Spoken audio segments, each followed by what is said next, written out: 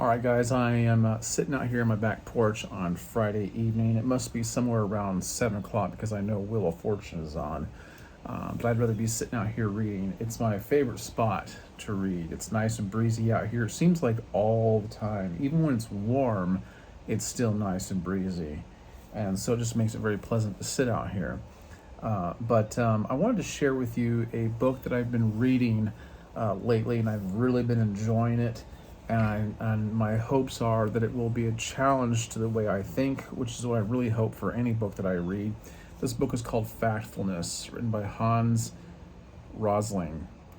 And it says here 10 reasons we're wrong about the world and why things are better than you think.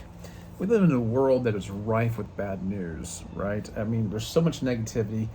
And if you're just taking in everything and not stopping to ask yourself questions that challenge the conventional worldview, then you're going to think things are getting worse and worse.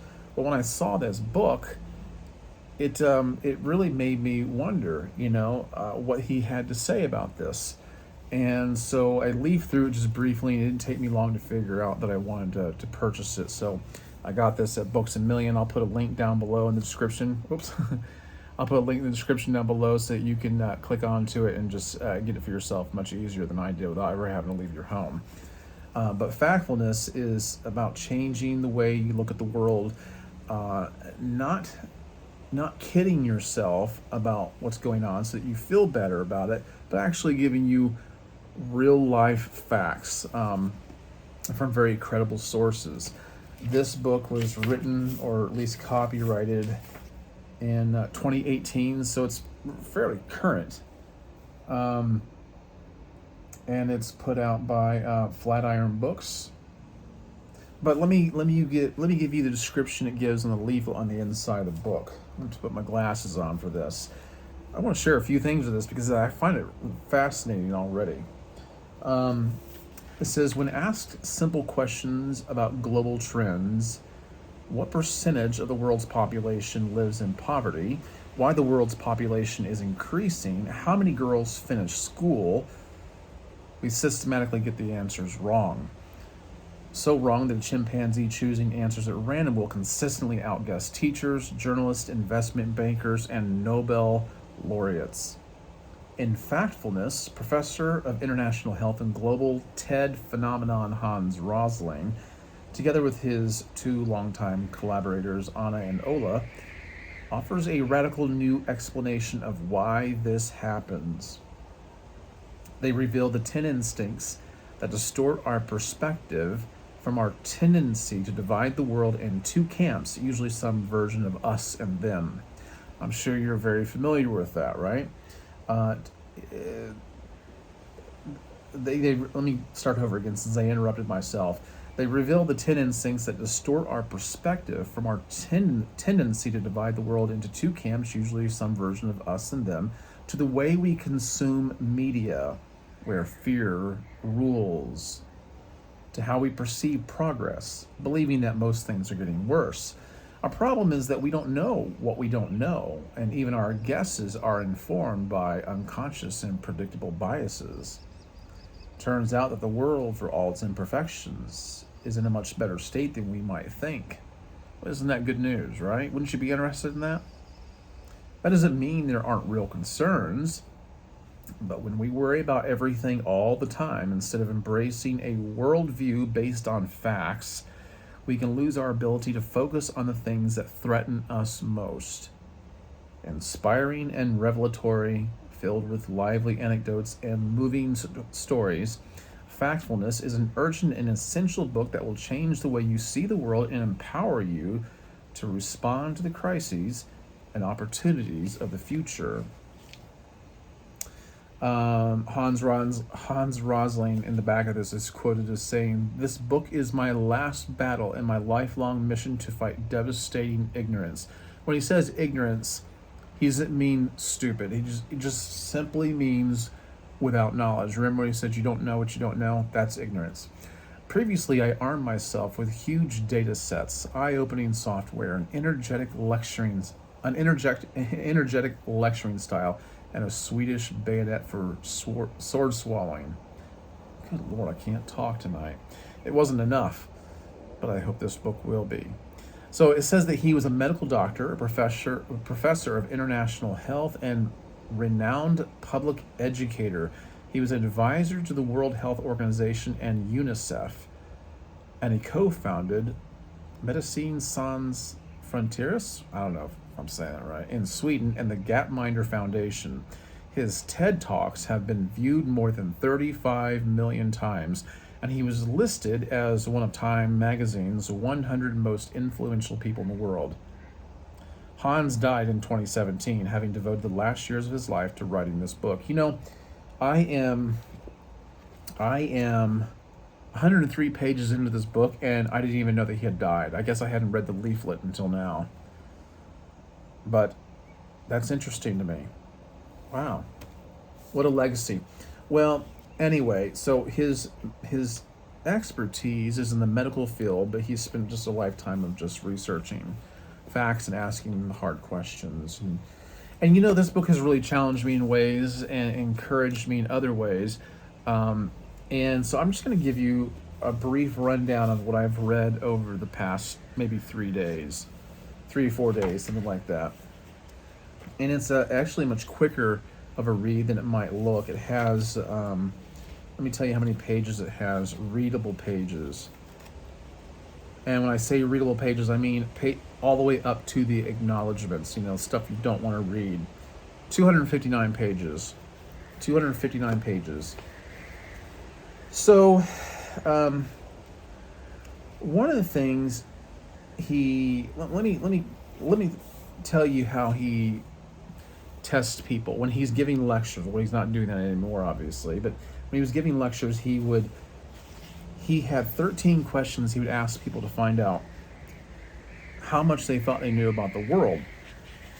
And the thing is, these questions were given to people from all walks of life, from all demographics, from all financial levels, whether you're desperately poor or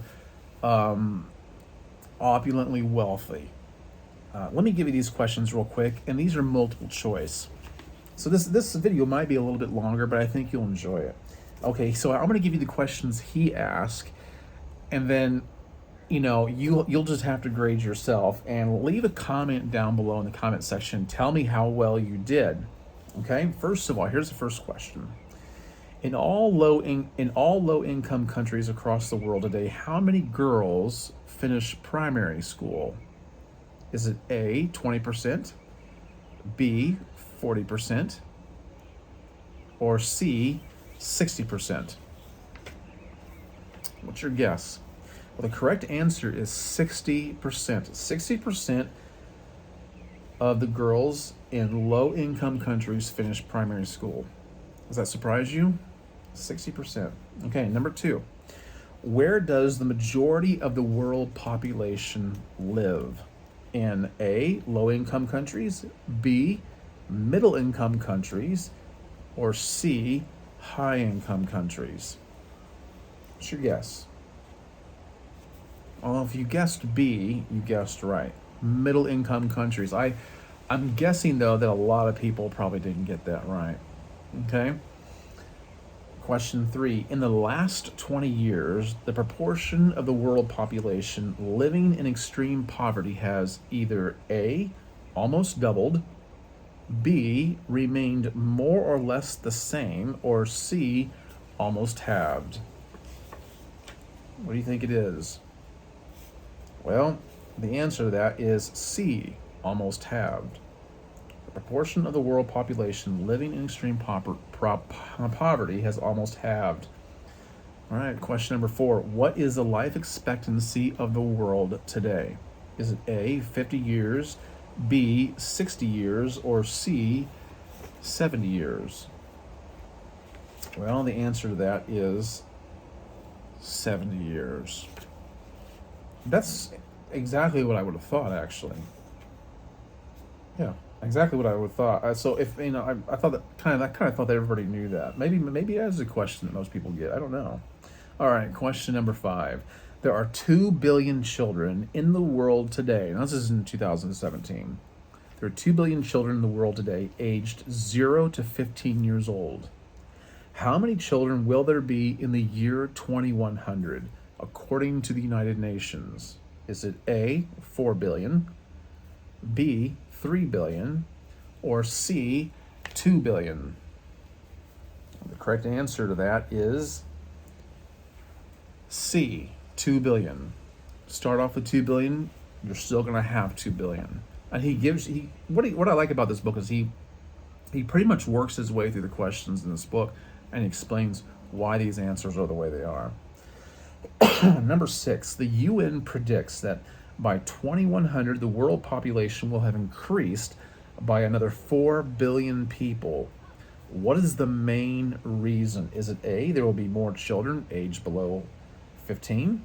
Or B, there will be more adults aged 15 to 74? Or C, there will be more very old people aged 75 and older?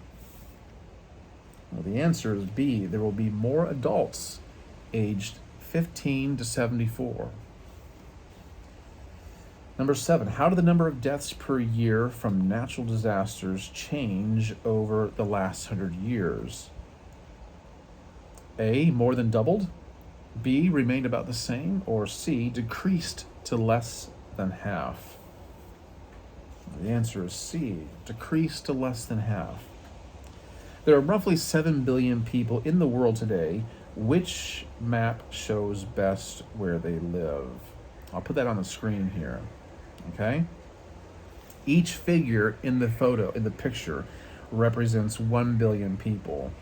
So where did the 7 billion people live based on what you see on this map? Is it A, B, or C? It's A. Well, that'd be what you think, right? Well, it should be over in the Asiatic countries, mostly. Number 9, how many of the world's 1-year-old children today have been vaccinated against some disease? A, 20%, B, 50%, or C, 80%? I would love to know your answer to this. I really didn't know.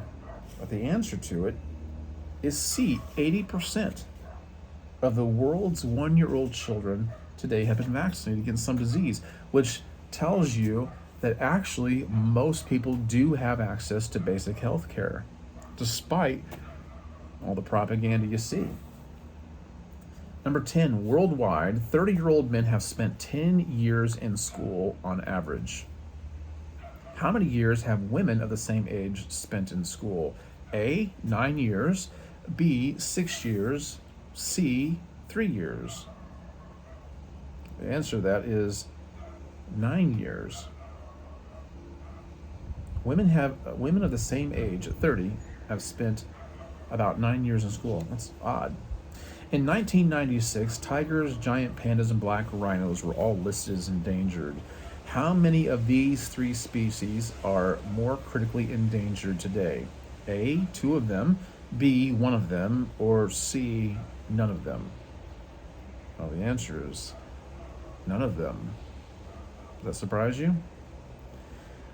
Question 12, how many people in the world have some access to electricity? Is it A, 20%, B, 50%, or C, 80%?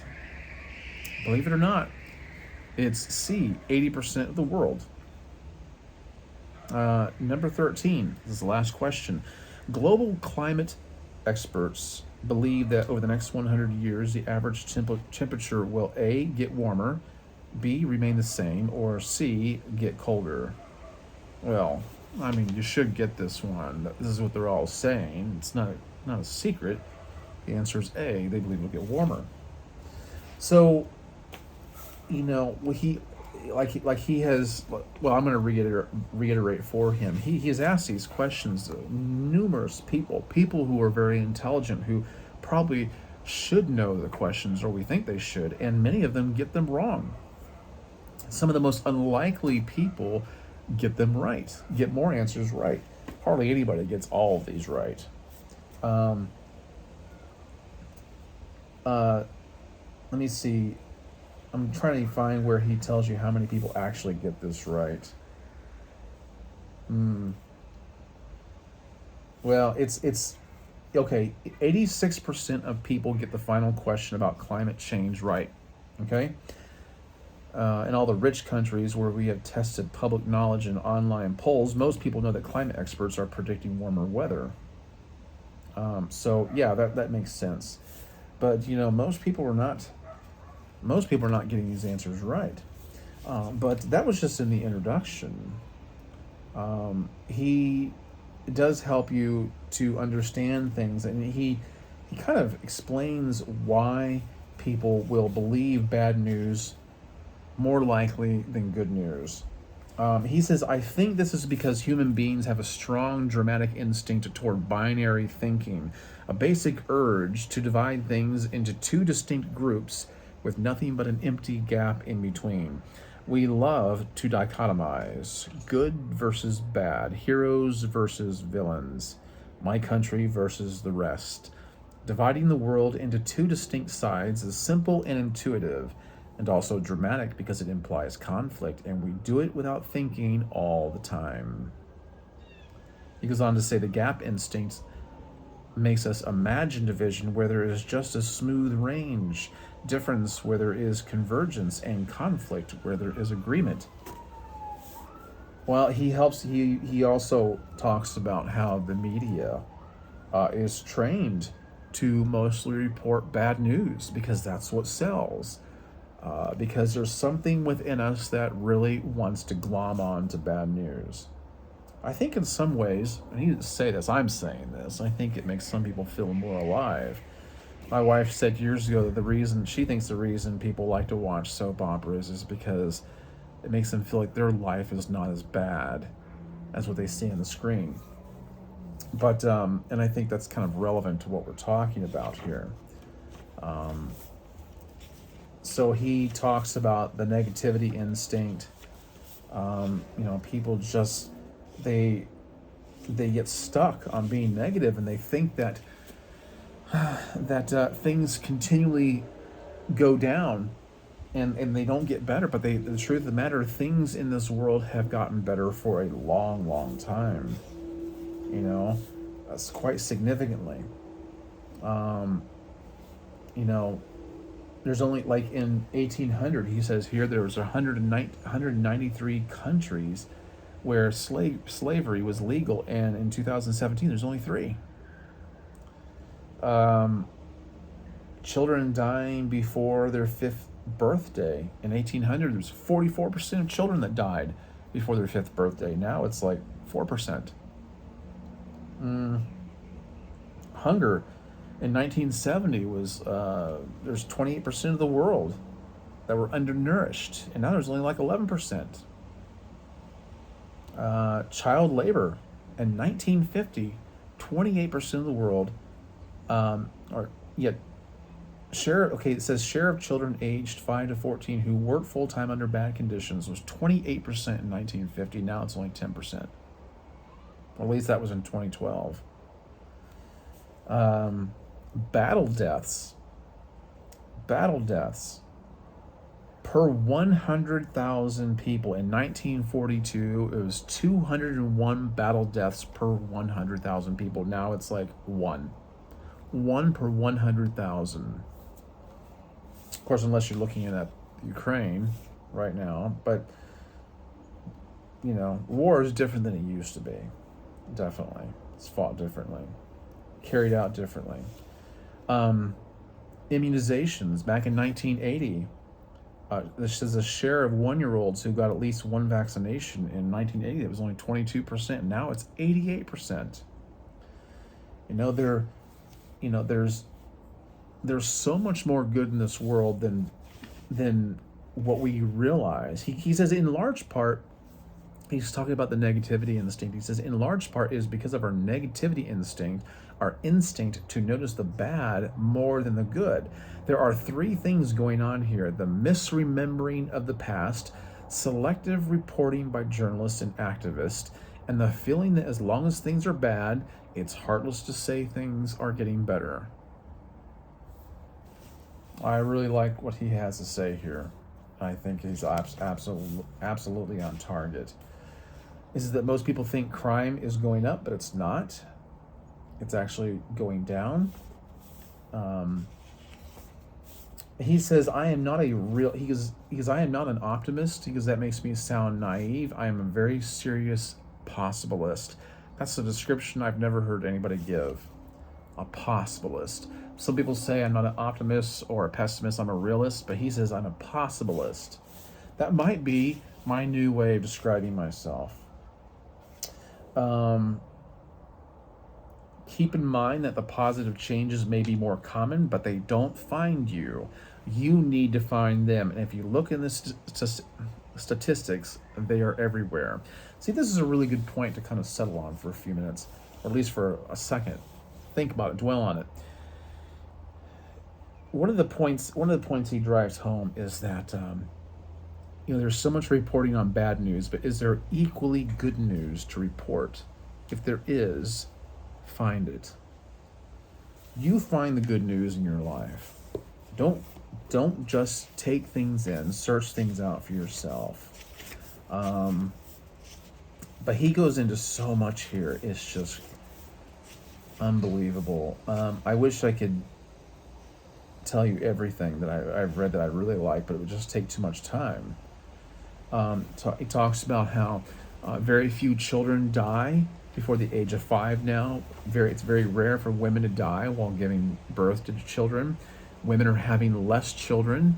On the average, women have about 2 children now, where they used to back in, not so even so long ago. The very poor, economically poor people would oftentimes have about at least 7 children because so many of them would die. And so they wanted enough that somebody would survive or have enough to do the farm work, right? But it's not that way anymore. People are happier, they're healthier, and they don't feel the need to have as many children because they don't. They're actually making more money. And so there's all sorts of really good things in here that I'm liking that are really challenging the way I look at things. And so I would recommend picking up this book, Factfulness. I think it'll change the way you think about some things. I want to settle on one last thing. He was talking about the fear instinct, about how we cannot think rationally when we are fearful. And what does the media try to do? They try to make us afraid of the world all the time, don't they? We're supposed to be hyper alert to everything that's going on politically, globally, financially, and you should be worried. Well, he talks about how that's not very good. That's not a very good way of approaching things. He was saying that back in October of 1975, he was working in a hospital. He was actually a junior doctor in the emergency ward. It was only like his 5th week in there, and they got the news. That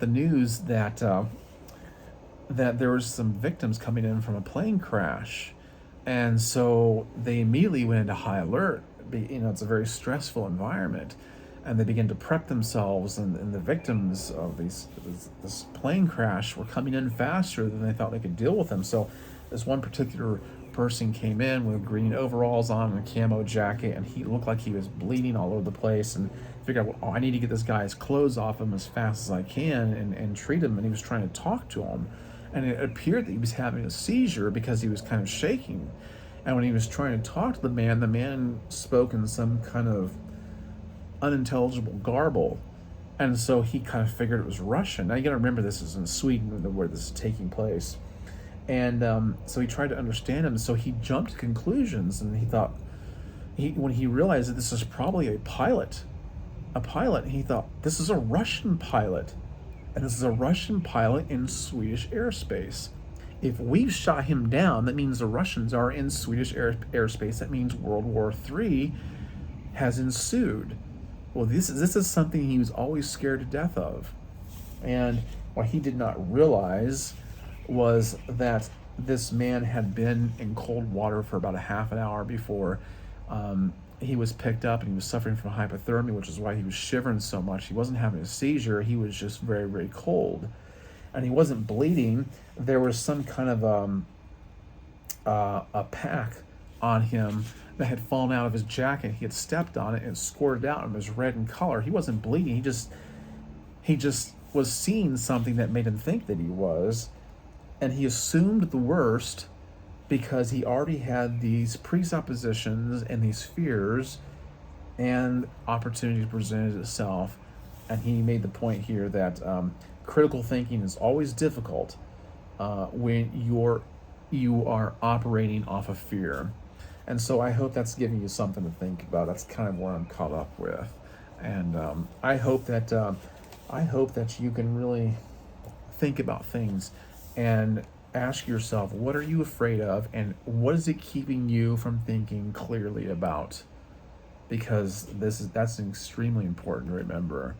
If you want to start thinking critically, start thinking clearly, dispel your fears, start looking at the facts, and start finding the good things that are there in life to be had, because they are there. But don't expect it to be spoon-fed to you, because that's not what people are paid for. Okay? I'll share more of this book as time goes on. Like I said, I'll leave a link in the description below. Make sure you check that out. All you have to do is click onto that, and I'll put a couple other things down there too that I like to use as far as reading goes. But anyway, that's where I am on this book. I thought I'd tell you about it. I hope you've liked it. I hope you liked what I've said. Tell me how many questions you got right, or don't. Just tell me how you think you did. But don't be ashamed either way, because most people don't get very many of the answers right. But it's something fun I've been taking part in, and I wanted to share it with you, and I hope it's meant something to you. All right, guys, I will catch you on the next one. Have a good night. Bye-bye.